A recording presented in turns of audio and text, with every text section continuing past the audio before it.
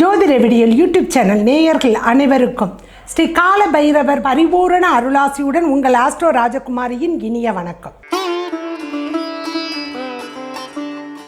இன்னைக்கு நம்ம ராம நவமி அதை பற்றி அதனுடைய சிறப்பை பற்றி தான் நம்ம இங்கே பார்க்க போகிறோம். சித்திரை 4ஆம் தேதி 17/4/2024 புதன்கிழமை ஆயில்ய நட்சத்திரத்தில் நவமி திதி வருகிறது. ஆயில்ய நட்சத்திரத்தில் ராமநவமி வந்தால் ரொம்ப விசேஷங்க. ஏன் அப்படின்னா ஆயில்ய நட்சத்திரம் ஆதிசேஷன், பெருமாளை தாங்கி இருக்கக்கூடிய ஆதிசேஷன் இருக்கார் இல்லையா, அவருடைய நட்சத்திரம். அப்போ அந்த நட்சத்திரத்தில் வரக்கூடிய இந்த ராம நவமி திதி மிக சிறப்பாக 9வது திதி. கடவுள் பல அவதாரங்கள் எடுக்கணும்னு நினைத்த பொழுது கடவுள் மனிதராக வந்து மனிதன் மாதிரியே கஷ்டப்பட்டு கடவுளே மனிதராக வந்தாலும் அவருக்குள்ள கர்மாவையெல்லாம் அனுபவித்து விட்டு தான் இந்த பூ உலகை விட்டு செல்லணும் அப்படிங்கிறத ராமர் அயோத்தியில் பிறந்து சராயு நதிக்குள்ளார தன்னுடைய முடிவை தேடிக்கொண்டு போகக்கூடிய இந்த காலகட்டங்களில் அவருடைய வாழ்க்கையை மனிதனாகத்தான் அவர் வாழ்ந்துட்டு போனார். ராவணனை அழிக்கிறதாக இருக்கட்டும், தன் மனைவியை ராவணனாக தூக்கிட்டு போனப்பையும் ஒரு மனிதனாக ஒரு கணவனாக அப்படி ஒரு மனவேதனையும் அப்படி ஒரு அழுகையும் அழுதாராம். அப்போ பாருங்கள், கடவுள் நமக்கு உணர்த்தி விட்டு போன இதிகாசங்களில் 2. கடவுள் கடவுளாகவே இருந்தது மகாபாரதம், கடவுள் மனிதனாக இருந்த இதிகாசம் ராமாயணம்.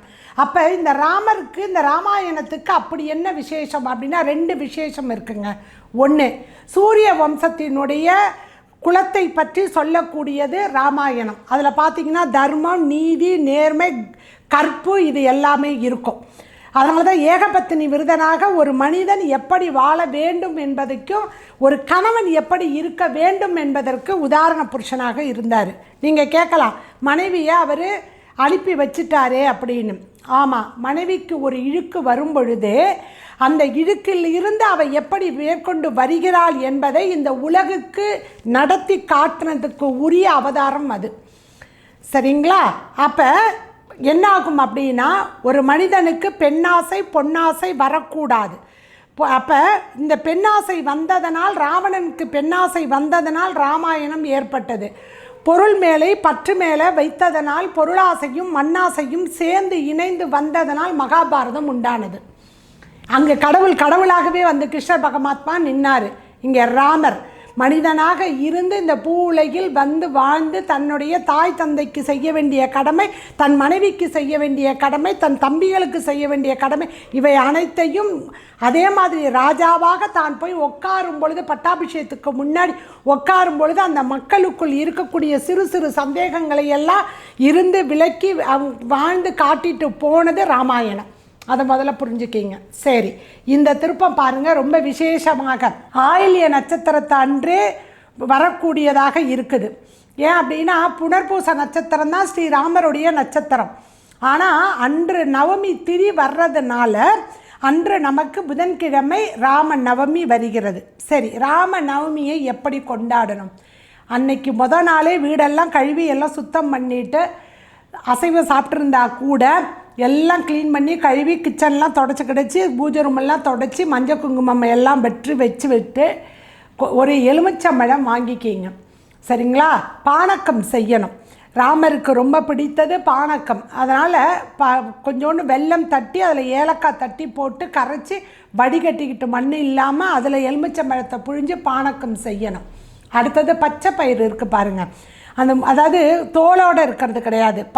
பயிரில் நம்ம கூட்டுக்கு சாம்பாருக்கெல்லாம் வைப்போம் இல்லையா, அதை ஊற வச்சு நல்லா வடிகட்டிக்கிட்டு அதில் தேங்காய் பூ திருவி போட்டு அதில் தாளித்து கடுகை போட்டு அதில் கொத்தமல்லி கருகப்பிள்ளையெல்லாம் போட்டு கிண்டி அதை வைக்கணும். அது ராமருக்கு ரொம்ப பிரித்தமானது. சக்கரை பொங்கல் செய்யலாம். சரிங்களா? ஏன்னா சீதாதேவியை வழிபாடு செய்வதற்காக சக்கரை பொங்கல் செய்யலாம். அன்னைக்கு செஞ்சு வச்சு வழிபாடு செய்யலாம். முடிஞ்சவங்க பால் காய்ச்சி வைக்கணும். சரியா? இவற்றையெல்லாம் வைக்கணும். அந்த பாலில் கொஞ்சோண்டு கல்கண்டு போட்டு கல்கண்டு பாலாக வைக்கணும். பனங்கல்கண்டு கடைச்சி வச்சிங்கன்னா ரொம்ப விசேஷம். அதுலேயும் ஏலக்காய் கொஞ்சம் குங்குமப்பூ போட்டு வைங்க. ஏன் அப்படின்னா ராமருக்கு படைச்சிட்டு அதை நம்ம தான் சாப்பிட போகிறோம் இல்லைங்களா? அதனால் அப்படி வச்சுட்டு கொஞ்சோண்டு வாசலில் மாயிலை வைத்து ராமரை வரவேற்பதற்காக 17/4/2024 விடிய காலம் ஒரு 5:30 மணிக்கெல்லாம் ஒரு தீபம் ஏற்றி வைங்க. சரிங்களா? தீபம் ஏற்றி ராமரை உள்ளுக்குள்ளே அழைக்கணும். எப்படி கிருஷ்ணரை கோகுலாஷ்டமி என்று மாலை கூப்பிடுவீங்க, ராமரை காலையிலேயே கூப்பிட்டுறணும். சரிங்களா? முடிஞ்சவங்க பாயசம் அன்று செய்யலாம். சக்கரை பொங்கல் செய்ய முடியலன்னா சேமியா பாயசம் செய்யலாம். அதில் கொஞ்சோண்டு பால் ஊற்றி இல்லை மில்க் மெய்டு போட்டு கொஞ்சோண்டு முந்திரி பருப்பு, ஏலக்காய், பச்சை கற்பூரம் இதெல்லாம் போட்டு வைக்கணும். ஏன் அப்படின்னா பாயசம் ரொம்ப பிரித்தமானது ராமபிரானுக்கு. அதனால் அதை செய்யணும். சரி, இதில் எது முடியுதோ அதை செய்யுங்க. செஞ்சுட்டு நீங்கள் அன்று காலையில் விளக்கேற்றி வைத்து ராமரை உள்ளார வரவழைத்து, ராமா நீ உள்ளார வா அப்படின்னா வந்து நிற்பாரா ராமர். அவ்வளோ ஒரு விசேஷம். அதனால் ராமரை வரவேற்று நீங்கள் ராம நவமி அன்று, அதாவது காஞ்சி மகா பெரியவர்கிட்ட போய் ஒருத்தவங்க கேட்டாங்களாம், எனக்கு அப்படியே கழுத்தை நெரிக்கிற மாதிரி கஷ்டம், மனவேதனை, நான் செத்தரலான்னு எனக்கு தோணுது மகானே, நான் என்ன பண்ணட்டும் அப்படின்னு அவருடைய பாத கமங்களில் விழுந்து நமஸ்காரம் பண்ணும் பொழுது அழுதாராம். அவருக்கு சொன்னாரா, எப்பேற்பட்ட துன்பங்கள் இருந்தாலும், எப்பேற்பட்ட வருத்தங்கள் இருந்தாலும், நான் சொல்லக்கூடிய இந்த 2 வார்த்தையை நீ திருப்பி திருப்பி சொல்லிக்கிட்டே வா, 2 எழுத்தை அதை சொல்லிக்கிட்டே வா, உன்னுடைய கஷ்டங்கள் எல்லாம் எப்படி குறையுதுன்னு பாரு அப்படின்னு. அப்படியா அப்படின்ட்டு அவர் சொன்னாரா, ராமா ராமா என்று நீ கூறினா அப்படின்னா கண்டிப்பாக உன் கஷ்டங்கள் எல்லாம் தீரும் அப்படின்னு சொன்னாராம். அப்போ ராம நாமத்திற்கு அவ்வளோ உன்னதமான ஒரு பாக்கியம். அதனால தான் ஆஞ்சநேயர் ராமா ராமா ராமா என்று கூறிக்கொண்டே அவர் தனுஷ்கோடியில் அந்த பாலத்தை கட்டினார். அப்போ ராம நாமத்திற்கு ஒவ்வொரு கல்லுலேயும் அவர் ராமா ராமான்னு எழுதினாராம். அந்த கல்லுக்கு அவ்வளோ, அந்த கல்லே ராமனாக மாறியது தான் அந்த இதுக்குள்ளே கடலுக்குள்ளே விழும்பொழுது இன்னமும் மிதந்து கொண்டே இருக்கிறது. அவ்வளோ ஒரு விசேஷம். அப்போ பாருங்கள், ராமர் அதாவது ராஜகுலத்தில் சூரிய வம்சத்தில் பிறந்திருந்தாலும் ஒரு ஓடைக்காரகனாக இருக்கக்கூடியவரை குகனை தனது சகோதரனாக ஏற்றுக்கிட்டார். வானரங்களாக இருக்கக்கூடிய அத்தனை குரங்குகளையும் தன்னுடன் இணைத்து அவர் அழைச்சிக்கிட்டு போனார்.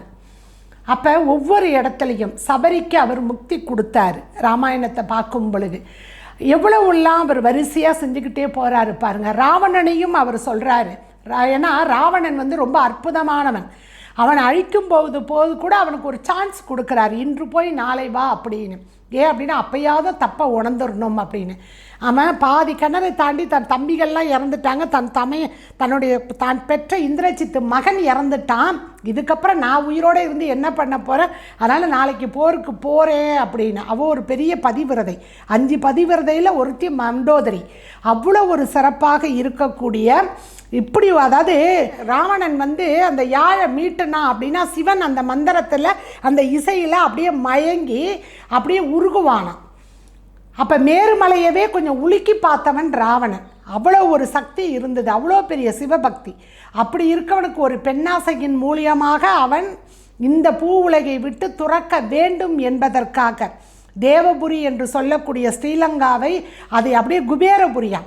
ஏன் அப்படின்னா அவனுடைய தமையன் குபேரன், அவனால் அது நிரப்பப்பட்டு இருந்து தான் அந்த இலங்கை.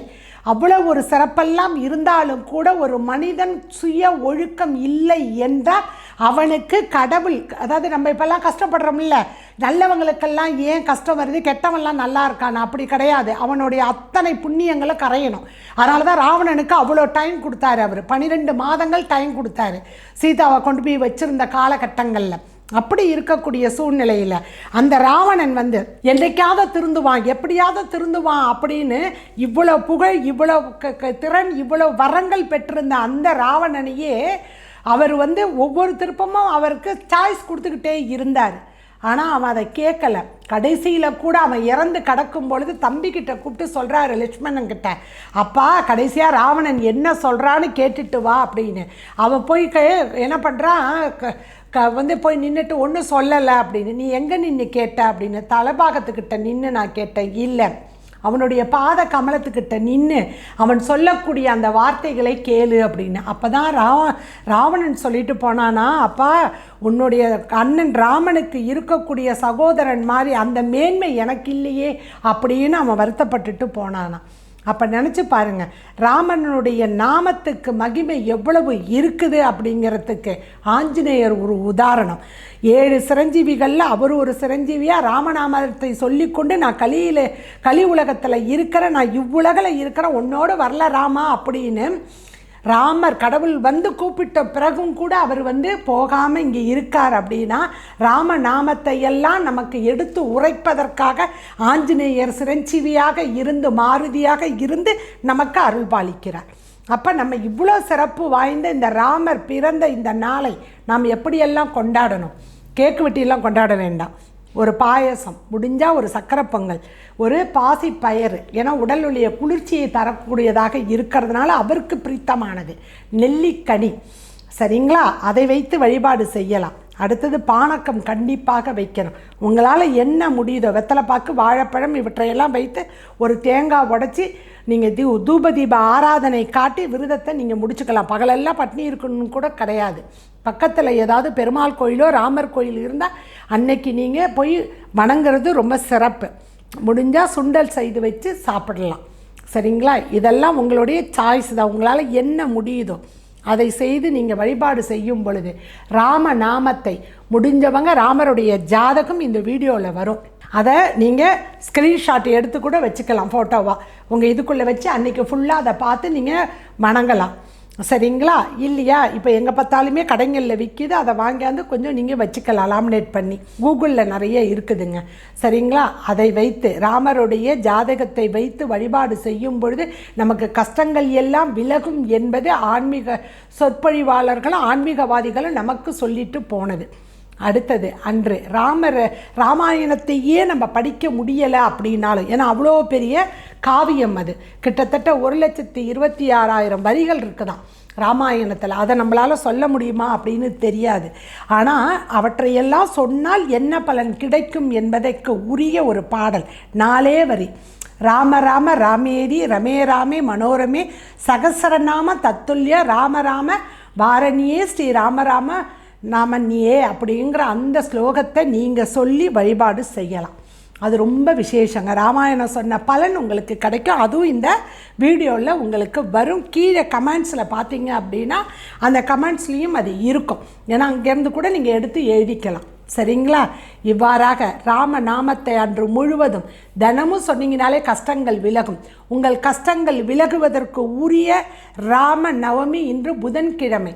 புதன் தான் நம்ம உயிரை எடுக்கக்கூடியவன். நாள்பட்ட நோய் இருக்கக்கூடியவர்கள், நாள்பட்ட வியாதியில் அவஸ்தைப்பட்டு கொண்டு இருக்கக்கூடியவர்களுக்கெல்லாம் இந்த ராம நவமி என்பது ஒரு மருந்தாக இருந்து உங்களுக்கு ராமர் அருள்பாலிக்க போகிறார் என்பது தின்னங்க, சரிங்களா? அப்படி இருக்கக்கூடிய வேளையில் ஆயில்ய நட்சத்திரத்தில் வர்றதுனால அது இன்னும் ஒரு விசேஷம். ஆதிசேஷ நட்சத்திரத்தில் ஏன் அப்படின்னா ஆதிசேஷன் தான் பரதனாக பிறந்தாராம். பரதனா பிறந்து அவர் கூடயே இருந்து அவருக்கு உன்னை நாங்கள் தாங்கிக்கிட்டு இருக்கேன்ப்பா, நான் இங்கே உனக்கு நான் உனக்கு சேவை செஞ்சுக்கிட்டு இருக்கிறேன் அப்படின்னாராம். ஏன்னா ஒவ்வொருத்தரும் ஒவ்வொரு அவதாரம் எடுத்து வந்தாங்களாம். நான் மனிதனாக பிறக்க போகிறேன் அப்படின்னோடனே அவருடைய பெருமாள் கையில் இருக்கக்கூடிய அத்தனை ஆயுதங்களும் மற்றவைகளும் நான் ஒவ்வொரு அவதாரம் எடுத்து வருகிறேன் என்று வந்தார்களாம்.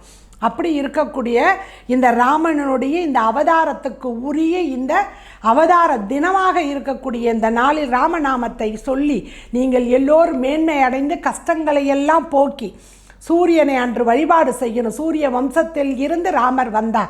ராமருக்கு ஆதித்ய இருதயத்தை அகத்தியர் ராவணனை கொல்வதற்காக, ராமனை வெல்வதற்காக நீ இந்த ஆதித்ய இருதயம் என்பதை இந்த சூரியனை நோக்கி பாடக்கூடிய இந்த பாடலை பாடும்பொழுது வெற்றி உனக்கு சேரும் என்று ராமருக்கு கூறிவிட்டு சென்றார் அகத்திய மாமுனி. அப்படி இருக்கக்கூடிய இந்த ஆதித்ய இருதயத்தை அன்று சொல்லி வழிபாடு செய்தோம் என்றால் கண்டிப்பாக நமக்கு வாழ்க்கையில் வம்பு வழக்கு இருக்காது, எதிரிகள் தொல்லை இருக்காது, நோய் நொடி இருக்காது. அவ்வளோ ஒரு சிறப்பு வாய்ந்தது ஆதித்ய இருதயம். அதே மாதிரி ராம நாமத்தை அன்று முழுவதும் ராமா ராமா என்று கூறினா ராமர் ஓடி நமக்கு அருள்பாலிப்பாராம். இதை நான் சொல்லலை, காஞ்சி மகா பெரியவரே சொல்லிட்டு போயிருக்காரு. அவ்வளோ விசேஷமான ராமநவமி அன்று ராமரை வழிபாடு செய்து அன்று மாலையும் விளக்கேற்றி வைத்து ராமநாமத்தை அன்று வீடு முழுவதும் நீங்கள் சொல்லிக்கொண்டே இருக்கும் பொழுது வீட்டில் இருக்கக்கூடிய கெட்ட எண்ணங்கள், கெட்ட சக்திகள் அத்தனையும் வெளியேறும் ராமநாமம் இருக்கக்கூடிய இடங்களில், சரிங்களா? நம்ம மனசுக்குள்ளேயும் இருக்கக்கூடிய நெகட்டிவ் தாட்ஸ் எல்லாம் போயிட்டு மூளைக்குள்ளார நமக்கு பாசிட்டிவ் எனர்ஜி வந்து ஊறி வருவதற்காக உரிய இந்த ராம நாமத்தை அன்று மட்டும் இல்லாமல் 365 நாட்களும் நமக்கு உயிர் மூச்சு இருக்கக்கூடிய வரைக்கும் ராமநாமத்தை கொண்டாடி நம்ம வணங்கி வழிபாடு செய்தோம் என்றால், அதுவும் அயோத்தியாவில் இப்பொழுது ராமர் பிரதட்சை செய்து கொண்டு இருந்து எங்கும் ராமா ராமா என்று குரல் ஒலித்து கொண்டு இருக்கக்கூடிய வேளையில் வரக்கூடிய இந்த ராம நவமி என்பது நமக்கு அருள் பாலிப்பதற்கு ராமரே வந்து இருந்து நமக்கு அருள் பாலிப்பதாக நான் உணர்கிறேன். உங்களால் உணர முடியுதா என்று இறையாமையோடு ஆன்மீகத்தோடு ஒன்றும் பொழுது உணர முடியும் என்பது திண்ணம். அடுத்த ஒரு நல்ல பதிவில் வந்து உங்களை சந்திக்கிறேன். நன்றி, வணக்கம்.